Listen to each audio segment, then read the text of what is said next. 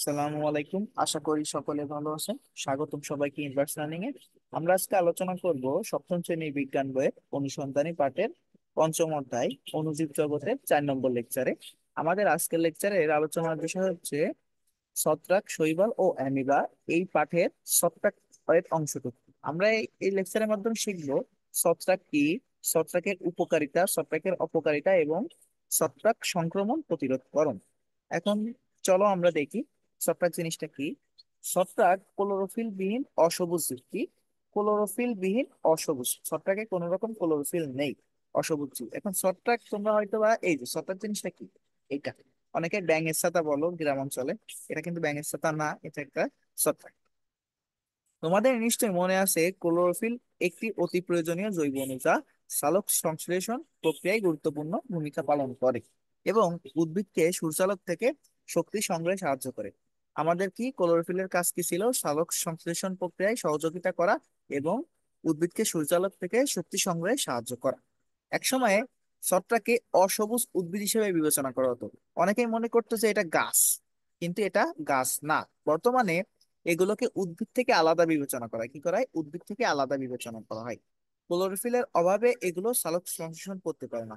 কেন? কারণ ক্লোরোফিল করতে তো এই সালোক সংশ্লেষণ প্রক্রিয়ায় আমার অবশ্যই ক্লোরোফিল থাকা দরকার। এদের যেহেতু নেই, অর্থাৎ এটা সালোক সংশ্লেষণ প্রক্রিয়ায় খাদ্য উৎপন্ন করতে পারে না। তাই অন্য জীব বা জীবের অংশ বিশেষের উপর নির্ভর করে খাদ্য গ্রহণ করে। মানে পরজীবী বৈশিষ্ট্য। পরজীবী বৈশিষ্ট্য বলতে কি বোঝে? যেটা অন্যের উপর ডিপেন্ডেন্ট সেটাকে কি বলে? পরভোজী। কেন পরভোজী? কারণ অন্য জীব বা জীবের অংশ বিশেষের উপর নির্ভর করে খাদ্য গ্রহণ করে বলে এটা পরভোজী। অথবা মৃত জীবের অবশিষ্ট জৈব বস্তু থেকে সেগুলো পুষ্টি গ্রহণ করে। আর একে কি বলে? মৃতজীবী বৈশিষ্ট্য। এখন মৃতজীবী বৈশিষ্ট্য কোনটা? মৃত জীবের অবশিষ্ট জৈব বস্তু থেকে যে পুষ্টি গ্রহণ করে এটাকে কি বলে? মৃতজীবী বৈশিষ্ট্য। আর পরভোজী কি? মানে জীব বা জীবের অংশ বিশেষের উপর নির্ভর করে খাদ্য গ্রহণ করে বলে কি এটা পরজীবী বৈশিষ্ট্য। পরভোজী ছত্রাকবাসী ও পরভোজী ছত্রাক বাসি ও পচা খাদ্যদ্রব্য, ফলমূল, শাকসবজি, ভেজা রুটি বা চামড়া, গোবর ইত্যাদিতে জন্মায়। তোমরা দেখবা যে কি, যখন তোমাদের শাক পচে যায় দেখবা যে উপরে তুলো তুলো দেখা যায়, মানে তুলার মতো আস্তরণ দেখা যায়। এটা কি? এটা ছত্রাক। ফলমূলেও দেখবা। ঠিক আছে, এগুলো কি সবই ছত্রাক। এখন এগুলো কোন ধরনের ছত্রাক? পরভোজী ছত্রাক। আর মৃতভোজী ছত্রাক কোনগুলো? যেগুলো আছে মৃত জীবদেহে বা জৈব পদার্থ সমৃদ্ধ মাটিতে জন্মায়। মানে কোথায়? যেখানে মৃত জীবদেহ বা জৈব পদার্থের সঙ্গে সমৃদ্ধ মাটিতে জন্মায় সেগুলো কি? মৃতভোজী ছত্রাক। ছত্রাকে সুগঠিত নিউক্লিয়াস থাকে। ছত্রাকে কি থাকে? সুগঠিত নিউক্লিয়াস থাকে, কিন্তু ব্যাকটেরিয়ায় থাকতো না কিন্তু। এটা মনে রাখা দরকার। ছত্রাকে কি থাকে? সুগঠিত নিউক্লিয়াস থাকে। এগুলোর কোষ প্রাচীরে কাইটিন নামের কি নামের কাইটিন নামের বিশেষ উপাদান থাকে, যা সেগুলোর বাইরের প্রতিকূল পরিবেশ থেকে বা অন্য জীবাণুর আক্রমণ থেকে সুরক্ষা দেয়। এখন বলবে ছত্রাকের কোষ প্রাচীর কি দিয়ে গঠিত? কাইটিন দিয়ে গঠিত। বোঝা গেছে? বলতো ছত্রাকের দেহের কোন অংশ বাইরের প্রতিকূল পরিবেশ থেকে রক্ষা করে ছত্রাককে? সেটা হচ্ছে কি? কোষ প্রাচীর। এখন কোষ প্রাচীর কি দিয়ে গঠিত? কাইটিন দিয়ে। এটা কিন্তু মনে রাখবা, অনেক ইম্পর্ট্যান্ট। এখন আমরা এখানে দুইটা চিত্র দেখি। একটা হচ্ছে কি ইস্ট এবং আরেকটা কি এগারিকাস। এগারিকাসকে অনেকেই ব্যাঙের ছাতা হিসেবে দেখো। আর ইস্ট কি? ইস্ট হচ্ছে পাউরুটি ফোলাতে কারখানাতে ব্যবহার করা হয়। এখানে দেখা যাক কি বলা আছে। ছত্রাকের আকার আণুবীক্ষণিক কিংবা বৃহৎ হতে পারে। মানে কি? বৃহৎ হতে পারে, যেগুলো আমরা খালি চোখে দেখতে পারি। আবার কি? অনেক ক্ষুদ্র হতে পারে। রুটি ফলানোর কাজে ব্যবহার করা ইস্ট কেবল অণুবীক্ষণ যন্ত্রে দেখা যায়।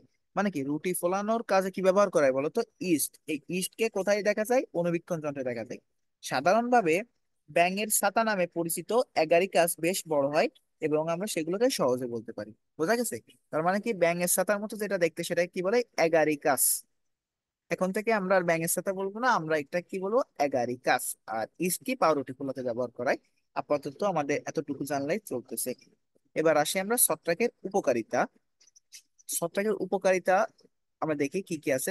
ছত্রাক অত্যন্ত গুরুত্বপূর্ণ অণুজীব। পেনিসিলিন কি? দেখো, পেনিসিলিন নামের অ্যান্টিবায়োটিকের নাম হয়তো অনেকেই শুনে থাকবে। অ্যান্টিবায়োটিক হচ্ছে এমন ওষুধ যা সাধারণত ব্যাকটেরিয়ার বিরুদ্ধে কাজ করে। এন্টি, এন্টি মানে কি? বিরুদ্ধে। আর বায়োটিক মানে কি? ব্যাকটেরিয়া। তাহলে অ্যান্টিবায়োটিক কি? এমন এক ধরনের ওষুধ যা ব্যাকটেরিয়ার বিরুদ্ধে কাজ করে।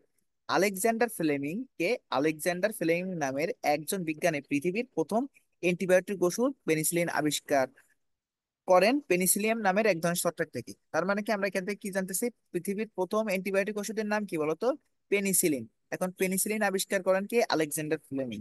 এখন এই পেনিসিলিন আবিষ্কারে কোন ছত্রাক ব্যবহার করা হয় বলতো?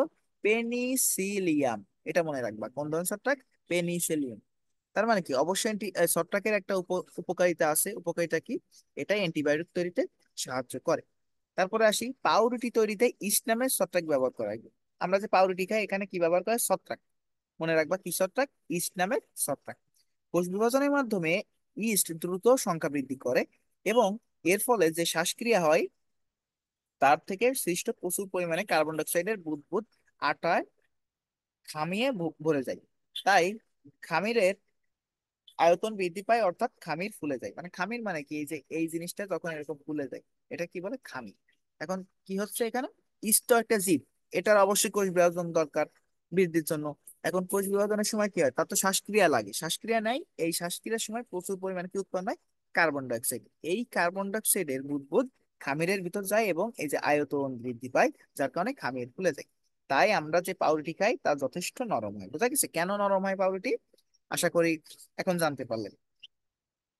ইস্ট ভিটামিন সমৃদ্ধ বলে ট্যাবলেট হিসেবে ব্যবহার করা হয়। ইস্ট এতটাই গুরুত্বপূর্ণ যে এটাকে ভিটামিন সমৃদ্ধ ট্যাবলেট হিসেবে ব্যবহার করা হয়। ভিটামিন সমৃদ্ধ ট্যাবলেটে কোনটা ব্যবহার করা হয়? ইস্ট। এটা এক্সামে আসতে পারে। অ্যাগারিকাস নামক কি? অ্যাগারিকাস নামক এক ধরনের মাশরুম মজাদার খাদ্য বলে বিবেচিত। মাশরুম তো সবাই খেয়েছে মোটামুটি। এটা কি? অ্যাগারিকাস নামক মাশরুম। বর্তমানে আমাদের দেশেও বহু দেশে এটা চাষ করা হয়। আবর্জনা পচিয়ে মাটিতে মিশিয়ে জৈব সার তৈরিতেও ছত্রাকের অনেক বড় ভূমিকা রয়েছে। মানে কি, এই যে আবর্জনাগুলো পচে যে আমরা জৈব সার তৈরি করি, এখানে কার ভূমিকা রয়েছে বলতো? ছত্রাকের ভূমিকা রয়েছে। এখান থেকে আমরা দেখলাম ছত্রাকের অনেক অনেক উপকারিতা। এবার আসি ছত্রাকের কি কি অপকারিতা থাকতে পারে। অনেক রকমের ছত্রাক রয়েছে যেগুলো মানুষ, জীবজন্তু ও উদ্ভিদের অনেক রোগের জন্য দায়ী। ঠিক আছে? সেগুলো কি কি? দাঁত, সুলি, সুলি বা কি মলম ও মানুষের শ্বাসনালীর সংক্রমণে ছত্রাকের ভূমিকা থাকে। দাঁত হয় কিসে বলতো? এই ছত্রাকের কারণে। শ্বাসনালীর সংক্রমণ কিসে হয়? ছত্রাকের কারণে। ছত্রাক আলু, পাট, আখ প্রভৃতি গুরুত্বপূর্ণ ফসলে রোগ সৃষ্টি করে। বোঝা গেছে? মানে শুধুমাত্র মানুষের না, এটা মানে উদ্ভিদের ক্ষেত্রেও রোগ সৃষ্টি করে। এছাড়া এই ছত্রাক সহজেই কাঠ ও বেত আসবাবপত্র পচিয়ে ফেলে। মানে ছত্রাক এই যে জৈব পদার্থ আবর্জনা গুলো পচিয়ে ফেলে না, মানে মাটির সাথে মিশিয়ে জৈব সার তৈরি করে। এর একটা রেশ থেকে যায় তো, মানে এর যে কাজ করার ক্ষমতা, এর কারণে কি করে? কাঠ, বেশ, বাঁশের জিনিসপত্র পচিয়ে ফেলে কি? এই ছত্রাক। দেখবা তোমরা অনেকেই যে কাঠ কাঠ মানে বাঁশের উপরে মানে ছত্রাক দেখা যায়, ছোট ছোট ছত্রাক দেখা যায়। এটা একটু দেখতে পারো তোমরা চাইলে। বোঝা গেছে? এইগুলো ছিল কি ছত্রাকের উপকারিতা। এখন ছত্রাকের এই যে সংক্রমণ হয়, এই সংক্রমণ তো প্রতিরোধ করা দরকার। সেগুলো আমরা কি করব দেখি। ছত্রাকজনিত রোগ খুবই আছে, অর্থাৎ আক্রান্ত আক্রান্ত ব্যক্তির সংস্পর্শে এলে এ রোগ সংক্রমিত হতে পারে। সসের রোগ কোনগুলো? যেগুলো আক্রান্ত ব্যক্তির আশেপাশে এলে সংক্রমিত হয় সেগুলো কি? সসের রোগ। এসব রোগ থেকে নিরাপদ থাকতে যা করা দরকার তা হলো কি? চলো দেখি। ছত্রাকজনিত রোগে আক্রান্ত ব্যক্তির ব্যবহৃত জিনিসপত্র, কাপড় চোপড়, চিরুনি, টুপি, স্যান্ডেল ব্যবহার না করা। মানে যাদের আর কি, যারা ছত্রাক আক্রান্ত তাদের যে ব্যবহৃত জিনিসপত্র ব্যবহার করা উচিত না, কারণ কি? এটা সোয়াসের রোগ। তাদের ব্যবহার করা জিনিসটা কি? আমাদেরও হতে পারে। বুঝা গেছে? ছত্রাকজনিত রোগে আক্রান্ত ব্যক্তির সংস্পর্শে কম আসে। ছত্রাক আক্রান্ত উদ্ভিদে ওষুধ ছিটানো বা উদ্ভিদ তুলে পুড়িয়ে ফেলা। যদি ওষুধ ছিটায় তাহলে কি ছত্রাক মারা যাবে, আর যদি পুড়িয়ে ফেলায় তাহলে তার ছত্রাকের কোনো অস্তিত্বই থাকবে না। বুঝা গেছে? এইভাবে আমরা ছত্রাক সংক্রমণ প্রতিরোধ করতে পারি। আজকের লেকচার এতটুকুই। আমরা নেক্সট দিন শৈবাল নিয়ে আলোচনা করব। আশা করি সকলে বুঝতে পেরেছো। ধন্যবাদ সবাইকে ভিডিওটি দেখার জন্য। যদি ভালো লেগে থাকে অবশ্যই চ্যানেলটি সাবস্ক্রাইব করতে পারো, লাইক, কমেন্ট, শেয়ার করতে পারো। ধন্যবাদ সবাইকে।